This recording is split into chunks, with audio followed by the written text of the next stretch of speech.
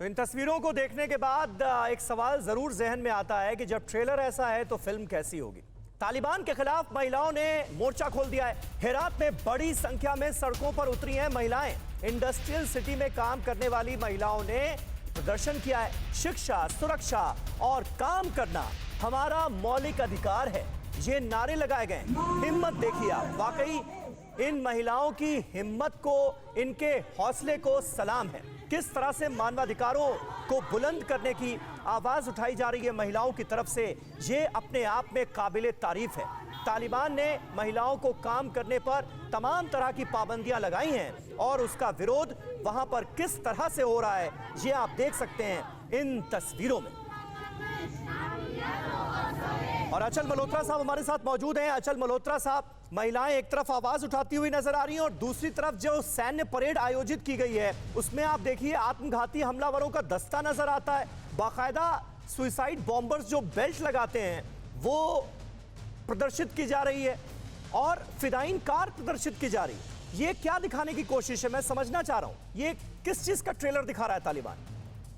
देखिए, वो ट्रेलर दिखा रहा है अपने मॉड्यूल ऑपरेंडी का, अपनी ताकत का दुनिया को दिखाने की कोशिश की जा रही है कि we have come to stay, हम आ गए हैं और अब हम यहाँ रहेंगे और हम यहाँ से नहीं हटेंगे। एक तो पहली बात ये संकेत देने की कोशिश की जा रही है। दूसरी ये कि अब जो तालिबान आया है काफी पावरफुल है, दुनिया देख ले।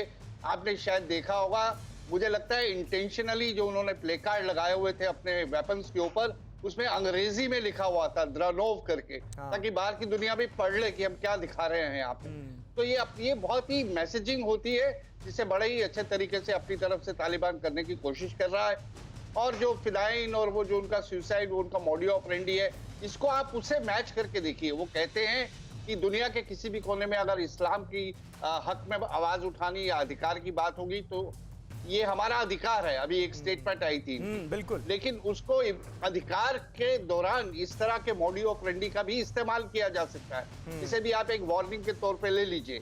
और एक और चीज बड़ी बात है कि इन्होंने जो अल-कायदा ने जिन जगहों का नाम लिया था कि वहां के मुसलमानों के खिलाफ ये सब हो रहा है और हम वहां जाके उनकी मदद करेंगे, उसमें उइगुर मुस्लिम्स, शिंजियांग प्रोविंस का नाम नहीं था और चेचनिया मुस्लिम रशिया का नाम नहीं था। तो आप समझ लीजिए कि इसके पीछे क्या संजय कुलकर्णी साहब, इरादे क्या नजर आते हैं? पहले तो ये कहा गया कि कश्मीर जो है वो भारत का अंदरूनी मसला है, भारत और पाकिस्तान दोनों से हम बेहतर रिश्ते चाहते हैं, और अब ये कहा जा रहा है कि दुनिया में जहां कहीं भी मुसलमान हैं उनके अधिकारों की बात करने का हक तो हमें है। मतलब अभी ही ये कह दिया गया है। समीर, ये जो पूरा सिलसिला चल रहा है आप इसको समझ सकते हैं, जैसे कहा अभी, ये शो ऑफ स्ट्रेंथ है, इसमें कोई शक नहीं है। और जिस तरीके से बातचीत की जा रही है उसमें भी आपने you have to pick and choose कि ये क्या कहना चाहते हैं और इनका इशारा क्या है और करना क्या चाहते हैं। जिस प्रकार से कश्मीर के बारे में इन्होंने बातचीत की, जिस प्रकार से अल-कायदा ने बातचीत की, जिस प्रकार से मसूद अजहर जाकर बरादर से मिला, जिस प्रकार से पीओके के अंदर जश्न मनाया जा रहा है, जिस प्रकार से आतंकी तैयार किए जा रहे हैं हिंदुस्तान के अंदर ढकेलने के लिए, ये एक तरफ ये है शो ऑफ स्ट्रेंथ और प्लस धमकी, जिसे बोलते हैं डिप्लोमेसी में ना कैरिंग ए लॉन्ग स्टिक, कि अगर आप हमारी बात नहीं मानेंगे तो आप समझते हैं हम क्या कर सकते हैं आपके बरखिलाफ, किस तरीके से प्रेशर डाल सकते हैं। ये एक तरफ। और दूसरा, ये जो तालिबान की बार बार बात करें, तालिबान ये है पर्यायवाची है पाकिस्तान की नापाक हरकतें वो पूरा करना चाहता है अफगानिस्तान के द्वारा।